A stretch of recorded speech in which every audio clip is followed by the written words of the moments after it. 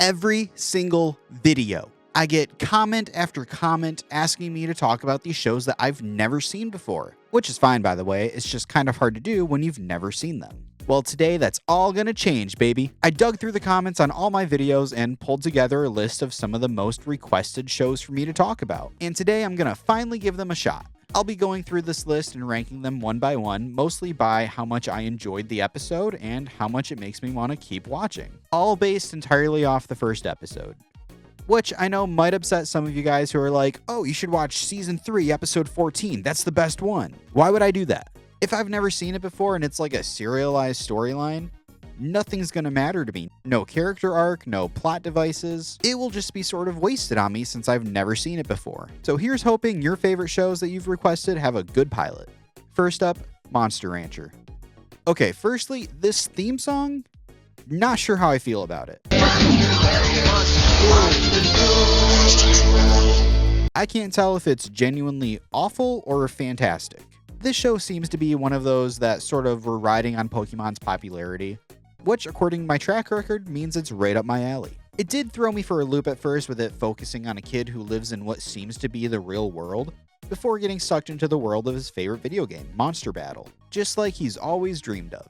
He finds out that there's a bad guy trying to conquer the monster world, so he decides to use his knowledge as a Monster Battle champion to help save it, along with his new friends. It's a pretty fun one with lots of creative monsters and fun characters. It seems like there's a pretty expansive world going on here for the characters to explore, and I kind of want to explore it with them. It's got that like classic, nostalgic shonen sort of vibe to it, even though it does feel like they're biting at Pokemon quite a bit here. I mean, hell, they even try to throw in their own sort of like Poke Rap halfway through the episode.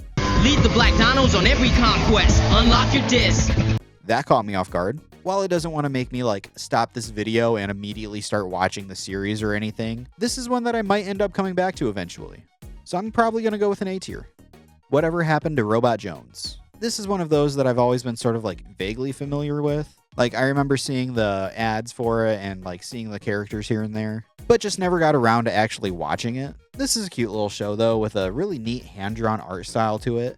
Made out to almost look like a sketchbook from the 80s come to life, sort of like Schoolhouse Rock. A slice of life show about a robot whose primary objective is learning how humans live and interact in a junior high school. Outside of the animation here though, nothing really stuck out to me too much. Like, there just didn't really seem to be a lot going on here and it didn't really keep my attention. I can't even tell you what really happens in the first episode outside of Robot Jones goes to a school. This is one that I maybe would have watched as a kid if there was nothing else on. So I'm thinking a C tier. Chopsaki Chokes. I'd never even heard of this one before you guys were commenting about it, and I had no idea what to expect here. It came out around the time that I was watching a lot of Cartoon Network, and as a kid who was always obsessed with anything karate or martial arts related, I don't know how I missed this one. I was a little worried going into it because of the character designs that this might end up being like a butt-ugly Martian situation, but I'm glad to say that I was completely wrong about that. The art style is a little dated, but at the same time, the characters and world designs just feel unique and the actual animation looks pretty damn good. Most of the lines and quips from the titular characters fell a little flat for me, but the villain on the other hand, this dude's the best. Probably my favorite character of the entire show. He's just like wacky and exaggerated, but so entertaining every single time that he's on screen. For being a show that I'd never even heard of, I ended up enjoying this one actually quite a bit.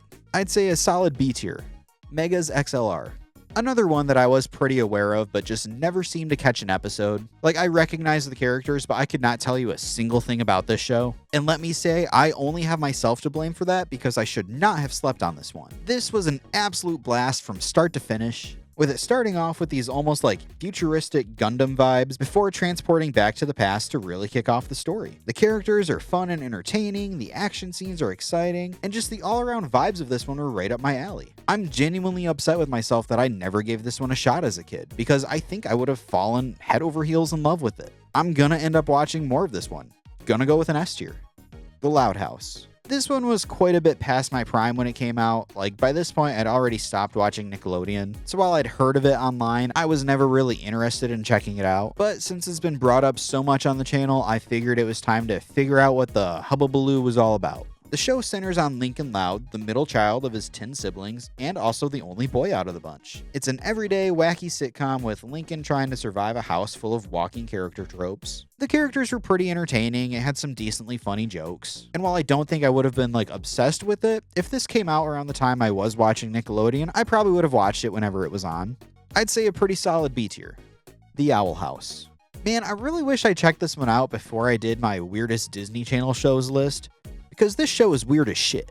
But that's kind of the point. It follows a human girl who is about to be sent off to a conformity summer camp to try and cure her of her weirdness, before she's accidentally transported to a world parallel to hers, full of all the weird and magical things that you can think of. Creatures in this world are being locked up and imprisoned for not sticking to the status quo, so she frees a bunch of prisoners with her new witch and demon friends, and then decides to stay to learn how to become a witch herself. Now, I'm not too sure what I expected going into this one being a Disney Channel show after I stopped watching Disney Channel, but what I can tell you is I did not expect to enjoy it half as much as I did. The storyline is endearing and intriguing, the world that she's transported to is just absolutely insane, and all of the characters are really funny and entertaining to watch. This show has some genuinely really funny moments to it. Hello, little fairy. Are you going to tell me this is all a fantastical dream? Give me your skin! Really big Gravity Falls vibes here. I was honestly surprised when I didn't see Alex Hirsch's name in the credits. But I absolutely love this one. I think it's cute and funny, and I want to see more of it. I think this one's going on S tier. Horrid Henry.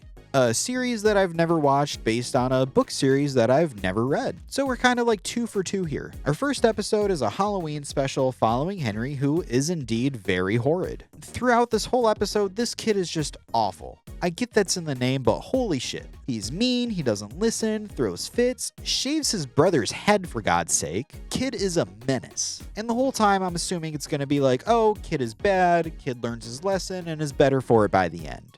But no. He just stays awful. No repercussions, no karma, no lesson learned.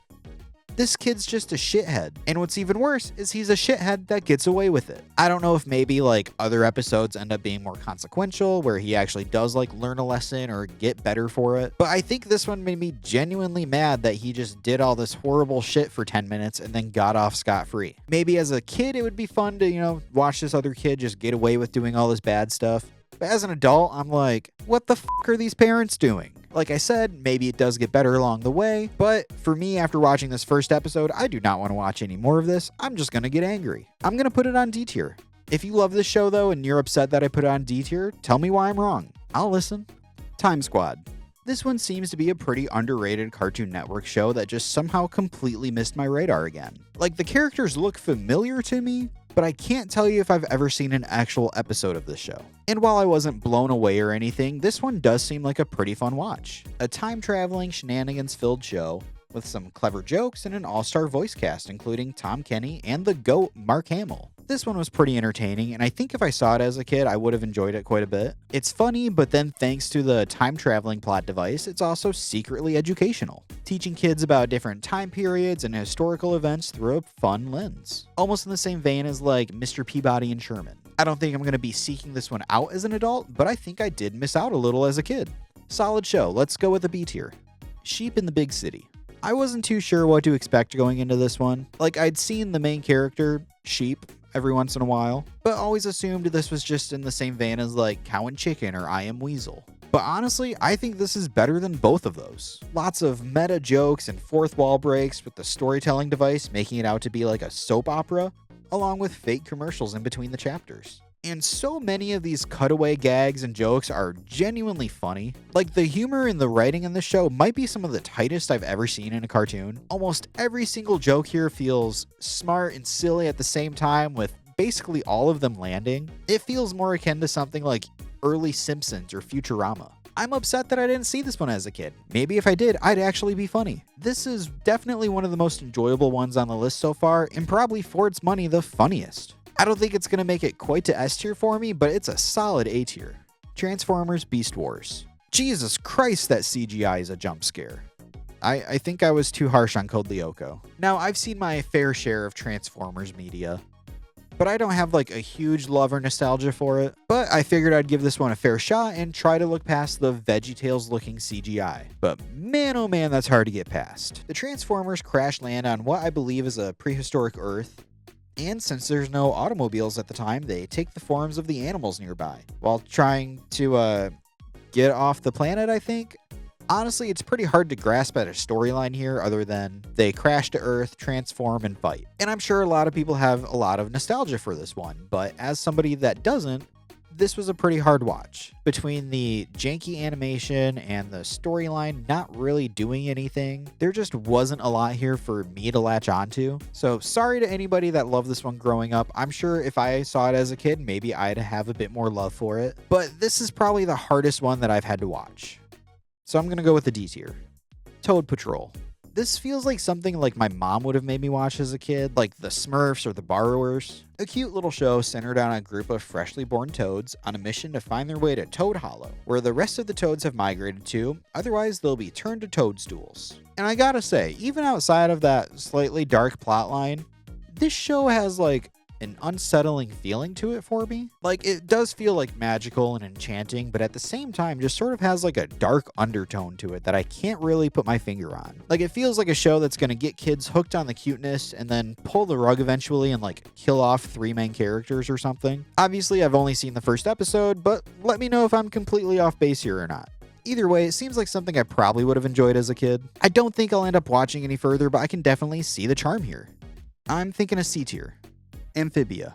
I don't know if it was the humor, the animation, or what, but this one instantly felt like Disney's answer to Adventure Time. It's a whimsical story about a human girl being lost in a magical world, seemingly ran by frogs. She befriends a young frog whose grandpa takes her in as she tries to find her way back home. It's funny, the characters are likable, and even though it does seem to be like episodic in nature, it does also seem to have an overarching storyline, especially with that little tease that we get at the end of this one. This one's definitely got me a little interested in it. You know, it seems like it might be a pretty fun watch.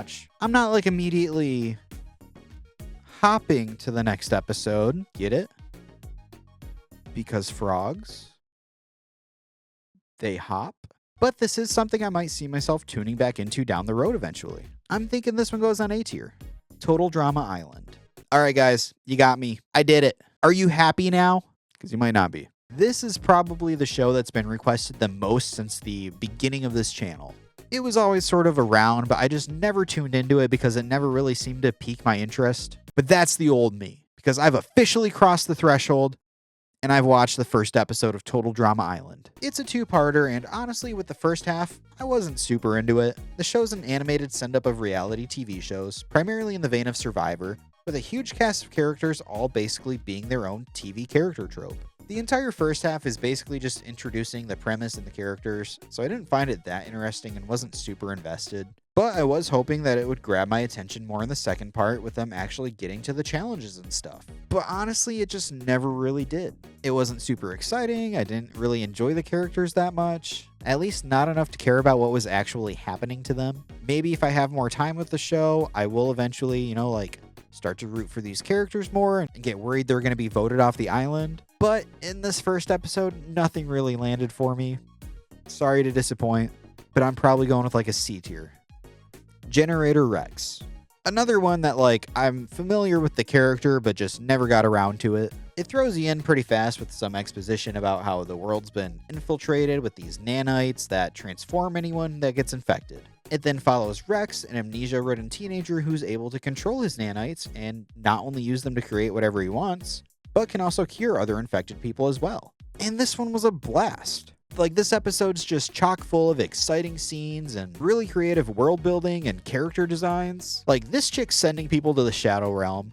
The first monster this guy's fighting looks absolutely fucked. And then the fight scenes are entertaining to watch and actually animated well. The characters are funny and enjoyable. And this episode sets a whole plot in motion that's actually interesting and I want to keep up with. I really enjoyed this one, and it's a shame that I never got around to it as a kid, because I think I would have loved it.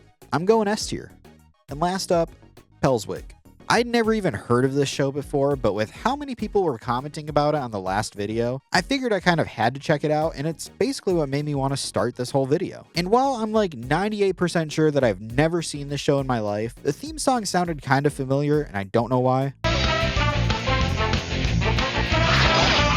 Honestly, this one was a bit of a surprise. It's a slice-of-life animated sitcom following Pellswick, an imaginative wheelchair-bound kid and his friends and family. And while that's a pretty simple premise, the humor and the writing here feels really ahead of its time. The show is full of constant cutaways, making it feel almost like a middle ground between Doug and Family Guy somehow. But the jokes are tightly written and find a good balance between being silly and smart. The art style is unique and interesting, and the characters are really enjoyable. I wish this show would have been on my radar as a kid. I don't think it's going quite all the way up to S tier, but I did really enjoy this one. A solid A tier. And there you have it, my first impressions of these shows that you guys have been constantly asking me about. Do you agree with my rankings? Let me know. Are you mad at me because I ranked your favorite show as a kid lower? I'm sorry. But honestly, I would love it if you guys recommended me more shows like this. This was a really fun video to make. Just a great excuse to dig into shows that I never got around to, or never heard of. It was really nice to find some that I actually genuinely enjoyed and get sort of like a peek into your guys' favorite shows growing up. So keep them coming. Maybe I'll end up loving the shows that you recommend. If you liked the video, like and subscribe. And if you didn't, that's fine, I guess. I'll get over it eventually. Thanks for watching.